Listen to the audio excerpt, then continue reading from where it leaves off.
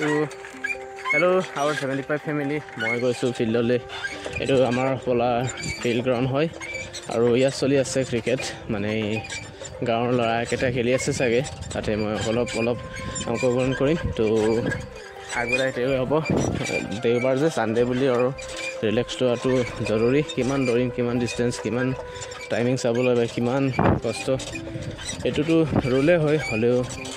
অকণ মানে নিজকে ৰিলেক্স দিয়াটো জৰুৰী হয় কাৰণ মই মেচিন নহয় মানুহ গতিকে এটা কণ্টেক্ট ক্ৰিকেট খেলাৰ পাছত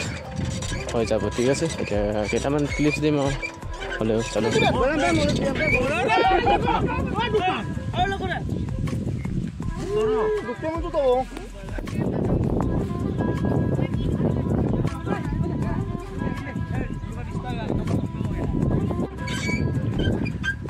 গাঁৱত থাকিলে ভিডিঅ' বনাবলৈ বহুতেই অসুবিধা সেইকাৰণে মানে খেল খেলিলোঁ তাৰপিছত বেছি নহয় 1 ঘণ্টামান হ'ব নেকি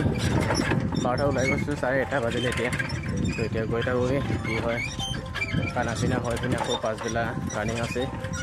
তো ট্ৰাই কৰিম হ'লেও কাইলৈৰ পৰা টেষ্ট হ'ব মনডেৰ পৰা চলো